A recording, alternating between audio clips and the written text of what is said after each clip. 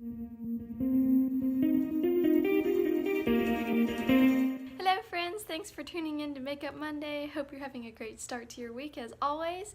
And today I'm filming in a different location. I decided to move you out into my living room apartment area and utilize the natural light instead of my bathroom light, which I realize is kind of harsh and yellow tones and I don't like that. So most of the time I'm filming late at night, so I don't have the natural light to use, but today I actually had some other time, so that's exciting. Today I'm going to be talking about blushes. I'm going to be talking about packaging first too. You see that this one's really pretty. It's got like this beautiful like design in the pan and it's so pretty. Like I love this. This is Milani and it's just so pretty. This is in Tea Rose 08 and I love it. I love it. Okay, so then I have this one here. This is from Wet n Wild.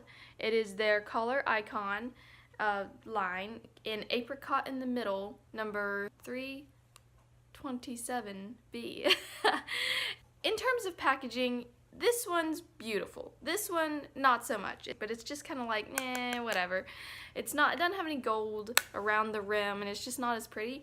I think that that's really important to think about when you're buying products. You're gonna really see my blush pans, unless of course I'm doing a video like this, or when I'm pulling it out in public and reapplying it. I don't know anyone who reapplies blush like throughout the day. Maybe they do like in the bathroom or something, but I'm not just gonna pull this out of my purse and reapply blush. So while I love this packaging, no one else is gonna see it but me. So if it's important to me, important enough that I will spend the extra money to pay for the packaging and pay for the form that it comes in, then that's great, and that's something that you kind of got to think about. But for me, like, this is beautiful. It's such a wearable everyday color that I don't care about the packaging. I just care about the product inside. And so when you think about like prices at Sephora, prices at Ulta, or other places like that, more pricey, like $40 for certain single shadow bins, whatever, like, I just don't understand the expense.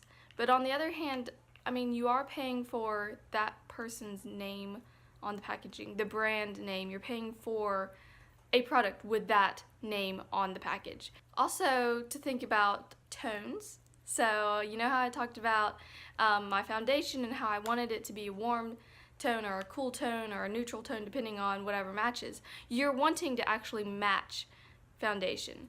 Now with blushes, my purpose for a blush is to warm the face. And so I made the mistake of buying this shade. And while it's a beautiful shade, it's a cool tone shade and it's beautiful, but it makes me look like a clown.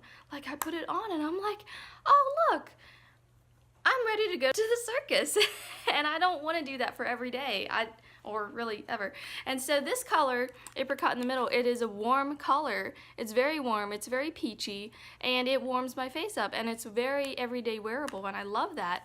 And so that's also something to think about. Like, what is the purpose of your product, and do you want to warm or cool? Do you want to match? Do you want to, you know, create shadow, or do you want to create like warmth to your cheeks and all that? Those are just things to think about. Always, you know, I like to talk about an ingredient or two. Today I want to talk about two. I'm going to compare and contrast mica and silica. And the reason is because they kind of do opposite things. So let's get into it. Silica is an absorbent. It's used for absorbing moisture and sweat and oils and that kind of thing. And it is found in clay, granite, and sandstone, and it's used to prevent reflection. Okay, and then you've got mica, which is a silicate mineral, and it is used for the shimmer effect. And so I thought that was interesting because you've got one that's used to prevent reflection, like flashback, and then another to like add like shimmer and maybe flashback. The point of that is to take away the oily, shiny look, but to add a glow to the skin. So while someone doesn't want to have like gross looking skin, they don't want it to lay flat on their face. They want it to kind of give a pop. They want it to create like dimension in their face rather than just to lay on top of the skin.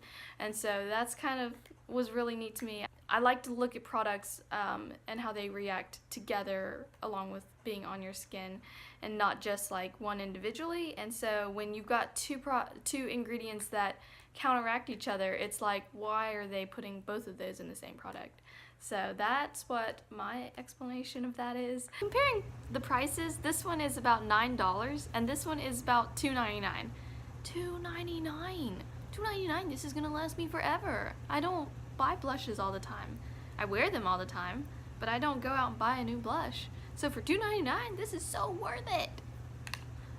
And it's drugstore, and it's cheap, and it's exciting. And this is too, but it doesn't work because I'm cool toned, and this is cool toned too. Keep checking back.